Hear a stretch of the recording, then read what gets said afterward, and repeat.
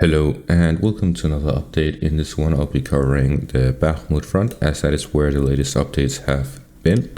So today is May 9th, Victory Day, which is the yearly celebration by former Soviet republics at the victory against Nazi Germany in World War II. So this has significant propaganda and political and moral meaning for what happens in this day. Meaning, if someone can just get a small victory, then they can propagate that into something bigger. For example, if Ukraine holds on to Bakhmut, which it looks like it will do with ease, then they will propagate that as a victory of highest order, as they managed to hold on to Bakhmut. They are still holding on despite the Russian onslaught.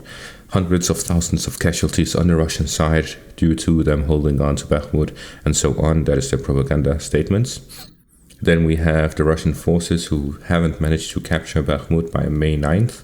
But as many people have said, they do not care about these victories that just depend on public opinion and so on. What matters to them is that they have their own population on their side. And of course, there's a lot of Russian people who want to see territorial changes. They want to see Bakhmut fall. They want to see the capture of Bakhmut into Russian hands and so on. And they are not satisfied with this. The citadel area is still under Ukrainian control. No matter how many casualties the Russians claim, they will not be satisfied until they actually take the area. So this is a propaganda victory for Ukraine, that they still have Bakhmut, but at what cost? That is a subject for another time. So what is actually happening right now is that the Russian forces are fighting heavily in Bakhmut, and according to Prigozhin, he first stated that they are starting to receive ammunition. This means that they are continuously fighting and have now received ammunition, which explains how they can increase substantially their amount of artillery fire they use, as well as the different weapons that they are using. And at the same time, according to the latest reports, there was some heavy attacks on the Ukrainian positions in Bakhmut, both FAV-500 bombs, which were gliding bombs, as well as airstrikes directly above the area. So there was a lot of heavy fighting in that area, which completely destroyed the whole front line here in Bakhmut. And at the same time, we see fighting continuing here by the Olympic School, after the Russian forces managed to capture the post office yesterday. And at the final defensive line of the Ukrainian forces, according to Remy, they are actively storming it, which means that heavy fighting is occurring in these areas, as the Russian forces are heavily fighting to cut off the supply route in and out of the citadel area here to the north. And at the same time, we see here in the south that heavy fighting continues in this area as well, as they try to cut off the supply route from the south. So generally, we're seeing a lot of heavy fighting, and the Ukrainians are holding at all costs.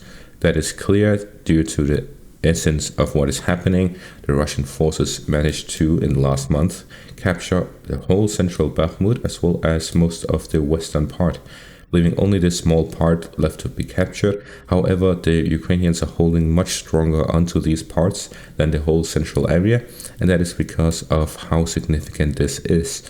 If the Russian forces manage to capture the last defensive line, as well as the southern parts, then the citadel area will be completely cut off, cutting off thousands of Ukrainian soldiers. So at the same time, we see a lot of fighting here occurring on the front line. And according to the latest update last night in Bakhmut, according to Remy, and to you who do not know who Remy is, he is my source. He is my primary source right now, as he is the one who does the most updates, most occasionally repeated updates. He doesn't hold breaks and so on, and it's substantially important that he reports this, because my accuracy of my reporting has increased significantly since he started reporting. But essentially, he has two guys he knows fighting for Wagner PMC, so he gets his information directly from the front line, and sometimes he holds back information because of the tactical and whatever. I'm neutral, so I don't care about that, so I just report whatever information I can get out of him. So yeah, according to his latest update, last night the Wagner forces started storming the Ukrainian positions and went on a heavy offensive in the dark. So what I've learned from Remy is that in the nighttime in Bakhmut, the strongest and most experienced Wagner forces with the best equipment and especially heavily equipped with nighttime gear, they start storming Ukrainian positions, and this is the time where they gain the most positions. Most of the time where they capture territory is during the nighttime, and then in the daytime they fight over if they will keep it or not, as the Ukrainians launch a counteroffensive during the daytime. So essentially what he's saying is that there was heavy fighting by the special forces here during the nighttime. So this could indicate that they have captured territories, but we will get to know that later when he is in a position where he can report it onto us. And then we have information that they're fighting in the direction of the Peremolhas Theater cinema as they try to gain control of this area. So that means that they're fighting in these high-rise buildings here to the south. So my Greystone was correct in the sense that I've indicated that the heaviest fighting is happening right here. As for the Alpha Bank, which is this bank here that looks like a church that I've talked about earlier, it seems to be destroyed. There was a fire on it right last night and it was destroyed. And then we have this video here with a lot of heavy shelling. We can hear a lot of heavy shelling from this video, and there's what looks like fireworks.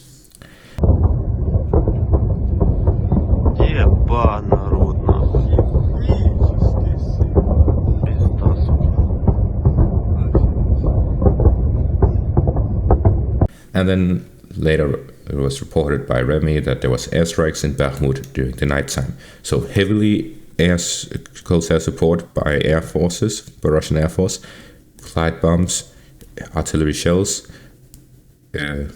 thermite bombs. So they have everything at their disposal right now.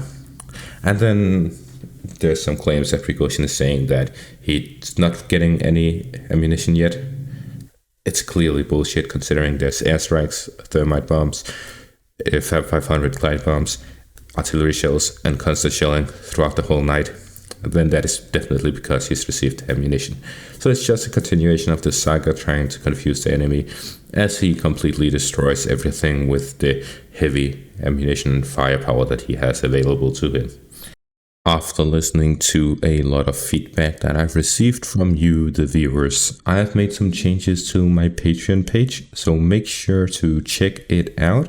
The link will be at the top of the description as well as a pinned comment, where you can check out my benefits to joining me and becoming a member on Patreon, as well as supporting me considering doing this, preferably in the future, a full-time job. Thank you everyone for watching my video. Hope you all enjoyed, and make sure to leave a like and subscribe, and have a great day.